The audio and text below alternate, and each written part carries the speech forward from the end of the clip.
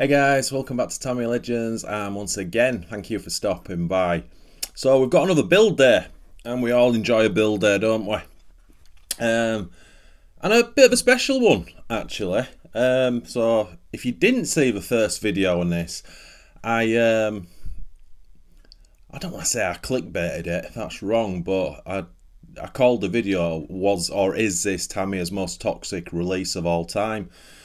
And the video went crazy.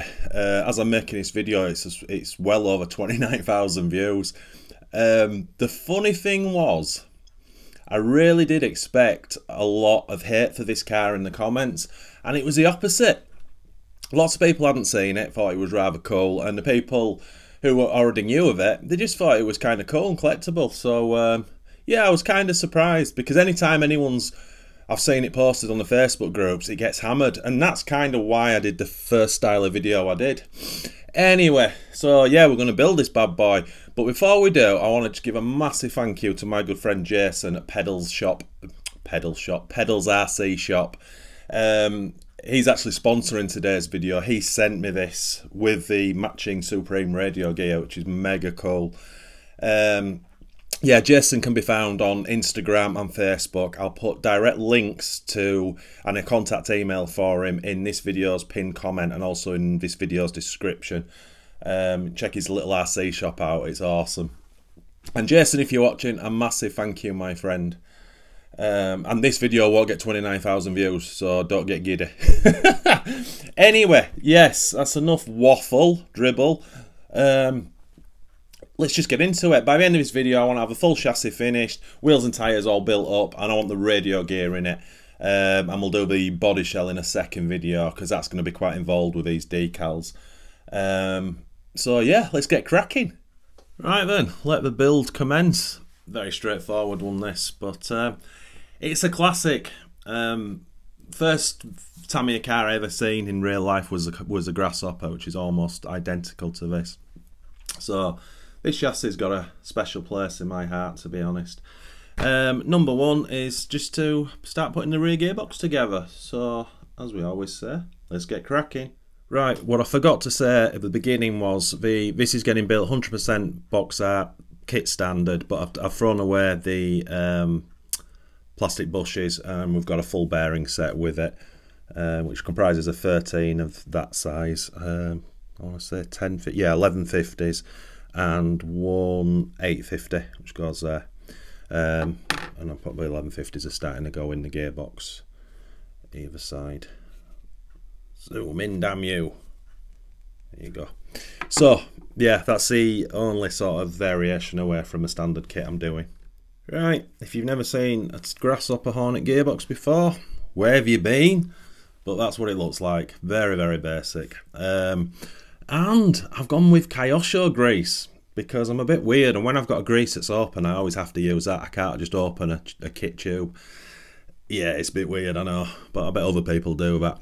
Anyway, yeah, bit pointless greasing it, because the thing's probably never going to run, but yeah, we might as well do that. Anyway, that takes us up to stage 2, where we just got to put the two gearbox housings together with the diff, and then screw it up. And that's the gearbox done. Very straightforward with 4 screws. Just gives you an opportunity to get the grease round as well, around the diff and the overall bit. Anyway, you get it. That's it. So moving on to stage 3, which is to fit the motor. So we're using the bog standard Mabushi 540 RSH motor. And where's the pinion? And the kit pinion is an 18 tooth, and it's one of those lovely rock hard ones that never destroys your gearbox oil. Yeah, use a steel one if you're going to run this car. But anyway, this is just sort of for sure. So 18 tooth pinion. Right, that's stage 3 finished. Obviously the motor's in, and the rear shock holders, bottom holders, are on the fixed axle. So moving on to 4 now, we're going to put the top brackets onto the rear of the chassis. Okay, that's stage 5 finished. So we put these brackets on, these for the rear shock upper mounts, and then we've just put the springs in. These are the lower gearbox fixings, and these are spring loaded, and it gives it a little bit of gearbox travel on the front. And then this screw is just to hold that spring out of the way. You can do it without that screw because you've got to take it out later, but I find it easier to use it. Right, moving on to 6 now, where we just put all this together onto the chassis. Right, that stage is 6 finished, which is in 2 stages.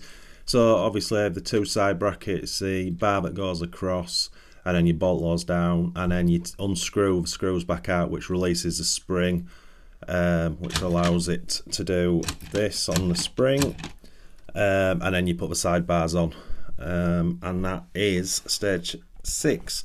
Now moving on to stage 7, which is the rear shocks, and that's the rear shocks made.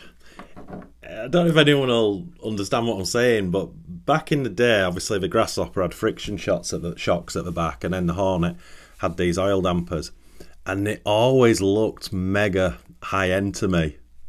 Did anyone else think that? It was like, look at the shocks on that. Obviously the fronts were the same. They do work really nice, oil dampered. Yeah, I just thought we looked high end, which is a little bit crazy, I guess. Anyway, I digress. Moving on to stage 10, which is to actually fit the shocks. And that's the rear gearbox assembly finished. Very unmistakable, isn't it? I love it.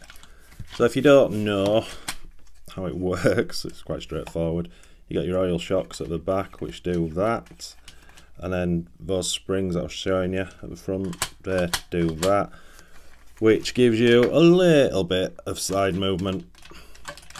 Not a great deal, but it's not. These cars are not really about working suspension as such, are they? I don't think. It's just so cool. Love this chassis. Right, moving on to stage 12. So yeah, it's steering servo time, servo saver. So yeah, let's get that cracked open. Right, this is a radio gear. So obviously it's a Supreme Tamiya radio gear, the Expect GT. It's 2.4 gig. It's always, I really get off on putting Tamiya electrics in a car. I always think it's kind of cool. So the Tamiya steering servo is, what is it, a TP-S3003, and then we have the lovely Tamiya TRU-07 receiver. That's a nice looking thing. So anyway, as I said, moving on to stage 12, we've got to do the servo saver assembly. Right, that's the servo saver assembly built up, steering arms done, measured. Now moving on to stage 14, which is to fit that to the chassis. Right, so front body post is in, servos mounted down, and the 2 side screws are in for the side bars, so they're all fastened up now. Now stage 15, it wants you to fit the rest of the electrics, which is the receiver, speedo and switch. So just looking, yeah, we might as well get all that done. Right, that's the radio gearing. It's not even connected. I've not even looked at what channel to put it in. I'm just putting it in. I'm not planning on putting any power through this, and if I do, I can move them. I just want it to this side because this is 3, 2, 1, so it'll probably move down one. Not that it matters. Anyway, yeah, tie wrapped up. Not the neatest, but looks kind of cool. Put the battery cover underneath, so there's no wires dangling, or the battery wire's not dangling out. Right, it's taking shape now. So we are now on stage 16, which is the front arm assembly. Okay, that's stage 16, 17 done. So we've got the steering arms, axles on, and we've got the lower bottom shock retainers on. So now moving on to 18 is to actually fit the arms to the chassis with the centre brace and the bumper. Right, that is stage 18 completed. So as you can see, we've got the both arms on, steering's now connected, and we've got that unmistakable Tamiya bumper. Right, moving on to 19 is the really high-end front suspension. Damn, if you're not seeing this suspension, you're in for a treat. Right, let's get that fitted. And that, my friends, is the front end finished. That's how that works. So there's two different pairs of these little black cups. This one I've gone for is supposedly the soft setting, which is 1 O-ring, and then there's a deeper one you can fit 2 O-rings.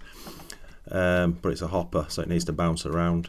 and then you just grease it up. And there is a little bit of adjustment on this screw should you need it. They do the job very roughly. Anyway, so that is the chassis finished, I believe.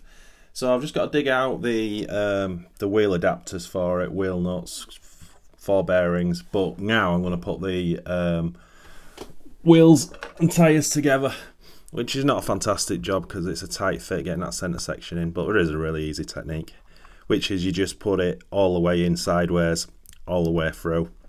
And then when it's halfway, just turn it and it goes in. On this particular tyre, not a problem, but on the grasshopper tyre, you've got to make sure you have your tyre, because it's a paddle tyre, you've got to make sure the tyre's in the right direction, because otherwise your paddles will be going the wrong way. But this tyre, it doesn't matter. So yeah, I'll dig all the little nuts and bolts out, because these are 3-piece wheels. And we'll get them fitted. Right, that's the wheels done. Bloody hell, that takes some time. I think it takes half as long to put the wheels and the tyres together than it does to build a chassis. Fronts are dead easy. As I say, 3-piece, 2 outers and a centre. I put the bearings in the fronts now. But yeah, it's getting the centre section in the rears. Sometimes I've used soapy water just to get it up. Like I say, I put it in sideways, and then when it's all the way through, I twist it 90 degrees and then pull the rims and it goes. So anyway, yeah, they're done, but it takes so much time putting just like 5 nuts and bolts on each wheel. Anyway, let's get them mounted to the car. And it's done. Looks quite mean actually with the black wheels. First time I've ever put or seen black wheels in real life from this car, and it looks kind of cool. When we do the next video with tyre writing, we will do tyre writing. I mentioned it in the first video. I saw Andy Robinson had this car, and he put yellow tyre writing, and I think it was gold wheel nuts. And once the body shell was on, wow, it looked a business. It really did. But yeah, that's kind of cool. That's the soft suspension. Jeez. And that's the rear. It's funny, normally you'll see when I do my videos, I'll go in the middle and I'll do this, and it'll say, oh, super smooth, love it. Yeah, I'm not really going to say this is super smooth, but it does the job.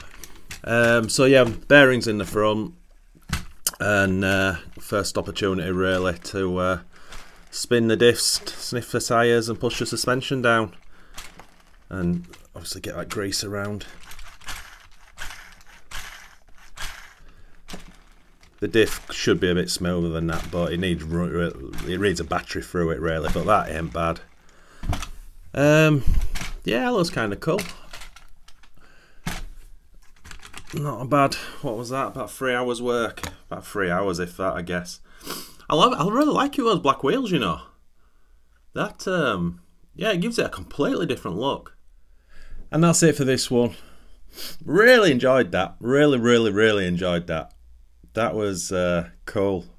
Like no doubt many of you watching, I've built lots of grasshoppers and hornets, but you never get tired of it. It's such a great car in its own right. I love it, I really do. And this chassis, as I said, the Grasshopper was the very first RC car I saw in real life. And that's when, I was going to say when Tamiya got me, hook, line and sinker, but it's when RC cars got me really. Just Tamiya was the brand that I fell for. But it's just such a cool thing. And there's so much fun to run as well. Not that this one will run. I do have another Hornet in case you're wondering if you didn't know, that I have ran. Oh, have I? Oh, I haven't. I've got the 80s neon yellow and white one. Yeah. I have not run it. Anyway, I have the opportunity to run that one because that's a standard Riri Hornet, where obviously this one's a Supreme.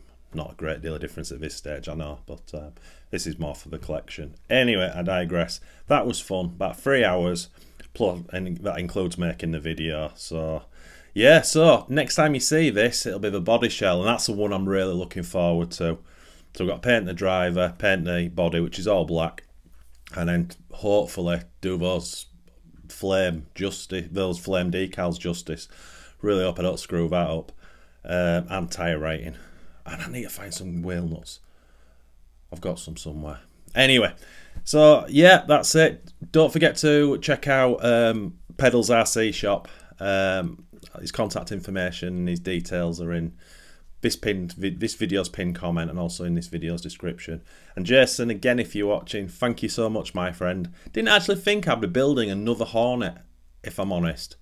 I never thought I'm kind of probably done with that. Although I do have a Grasshopper new inbox to build. Damn, I'd forgotten about that. God, I haven't even got a Grasshopper in the collection yet. Right, that needs to get built soon. Anyway, my friends, thanks so much for watching. It is honestly massively appreciated. I can't bother saying the rest. You know what I say. As always, my friends, happy RCing.